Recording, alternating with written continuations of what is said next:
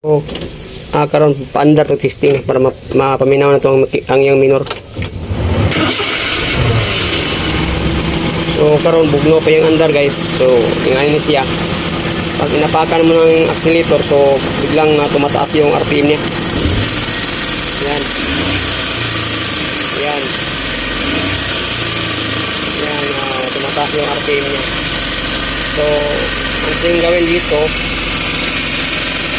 check na to ang iyang kuan, iyang karburador kung sa'yo nagka-problema.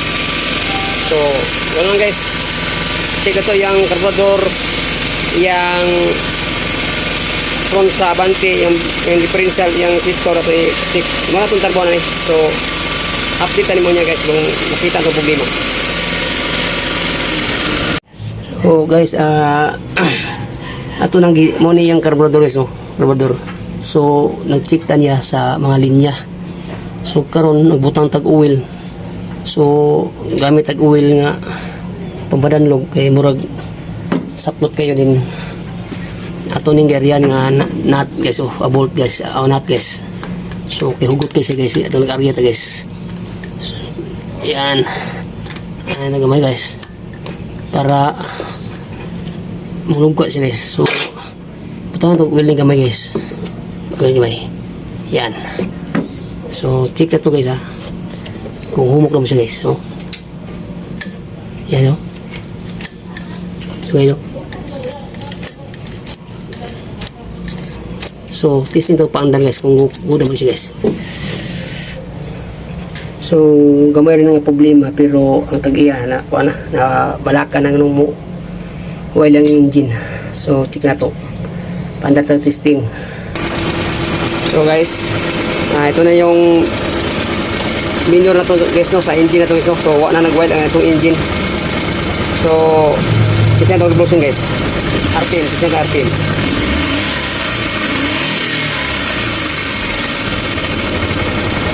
Mana guys, okay na guys. So good na. Good na yung minor niya. So okay naman guys ang yung minor na to, yung accelerator niya, yung minor okay naman, hindi naman mawad yung engine. So RPM na to, okay naman siya. So good na. So isunod itong turbo guys, ang katong yung front drive na to isunod turbo ni. So proceed na to sa front drive. Let's go. So guys, karon natas ilalom no. So gi-check na to yung konsa yung hangin. Yung CB murabudjol sa hangin sa yang shifter no. So atong itanggalon yung bolt, yung nut niya para matesting na to yung kuan yung pressure niya sa hangin umuhilyok ba. Kaya wala sa linya sa kuan ng kuryente sina to. So tanggalon sa nato ni guys ang nut, kini nga nut guys kung itudlo na ko guys. Yan, yung nut. So para maklaro ginato, maklear na to kung mugana bagil siya. So karon natas lalom.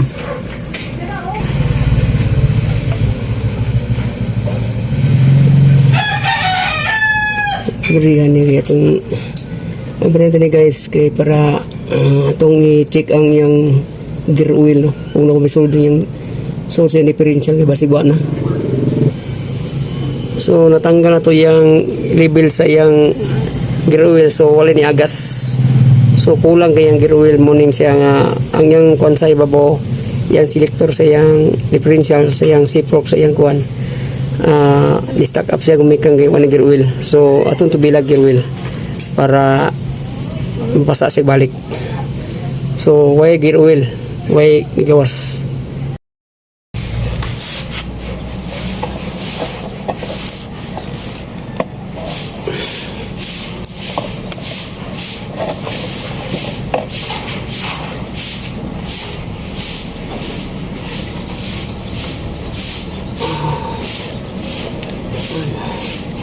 Ayan.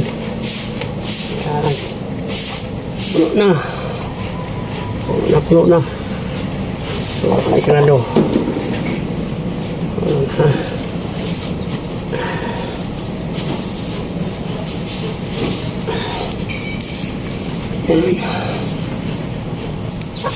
So, karon guys, mo naman itong tubil lang ko, no? atong trigger oil din. I-check sa to ang ano, kung mugana na ba yung front drive at i-check kung liyok na ba yung selector. So kung muliyok siya, good natin. O more or less yung kuha na, wala na problema to. So testing tagpandar guys.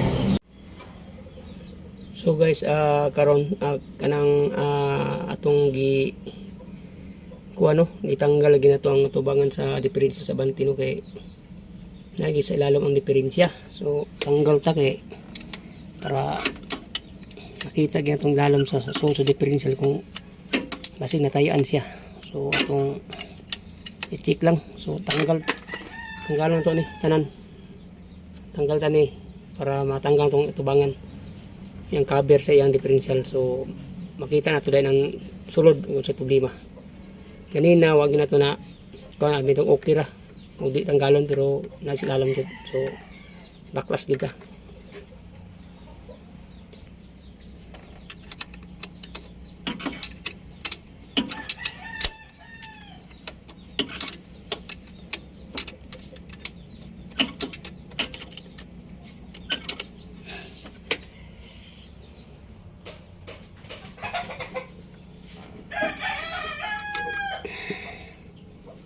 Tanggal na to jo, tanggal na to ni padapin kay natanggal na siya.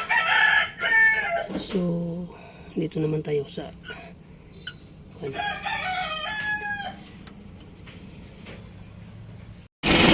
So guys, karon guys, kini yung kunya guys, kini iyang bitong nagdala sa iyang selector guys, sa hangin, selector sa hangin. So wala problema to guys. Tingnan niyo guys dito guys. Walang problema guys. So tingnan niyo guys ha. Yan. Yan, tingnan nyo guys. Yan. Yan. Yan. So, gumagana guys. Walang problema dyan. So, ang problema dito guys, yung atubangan sa yung diferensya banti. So, tanggalon na to para makita itong problema dyan. So, let's go guys. Guys, nababa na to yung kano guys. Diferensya sa banti guys. So kinira itong tanggalon nga tubang guys. Tubangan ni yung bolt nga 12 2, 4, 6, 8 walo ka bolt guys atong tanggalon na ni para makita na ito ang problema sa sulod. So atong rin na kuan gear para di tama basa sa gear para limpya itong trabaho. So ito yung trabaho natin nato trabaho natin. So update lang mo niya guys kung kuan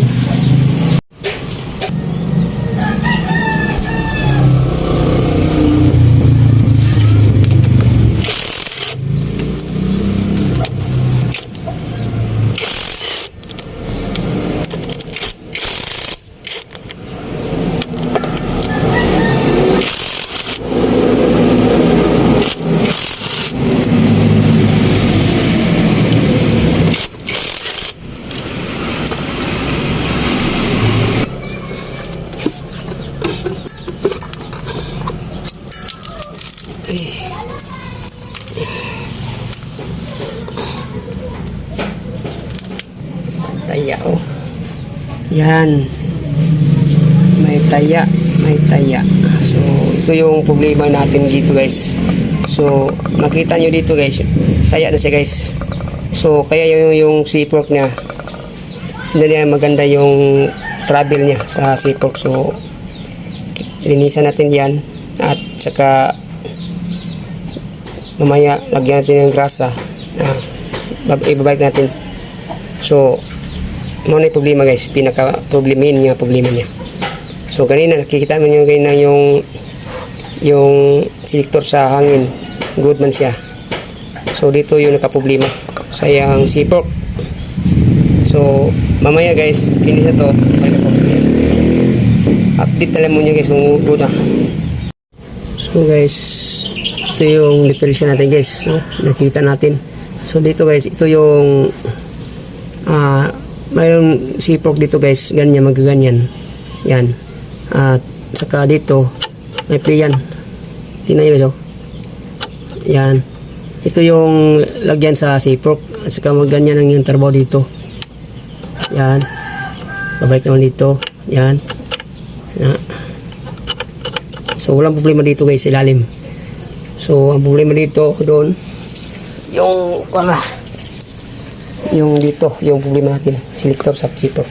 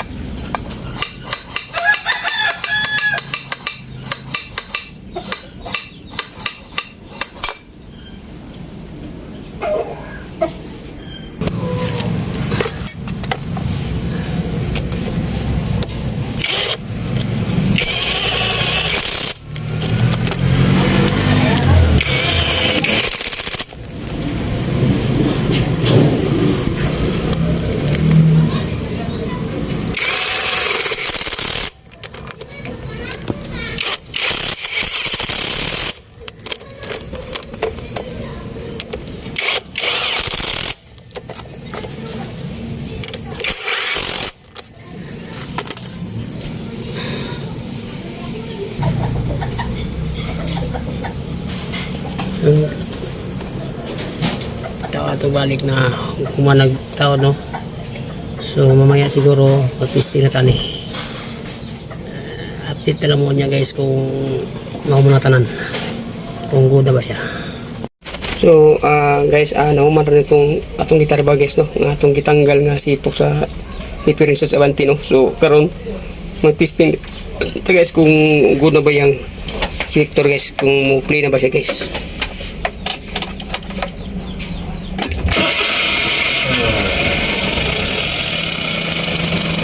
So karon guys, so makikita nyo guys, no?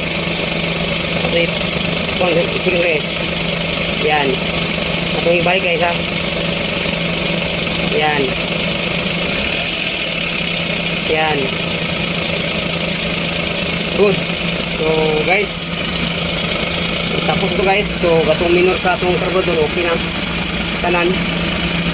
So din lang voltas lang guys, yan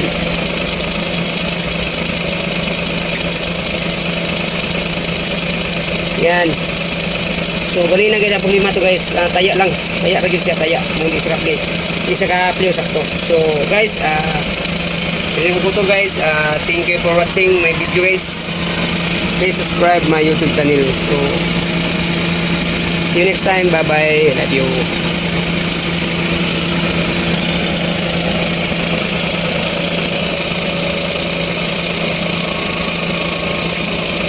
Yan.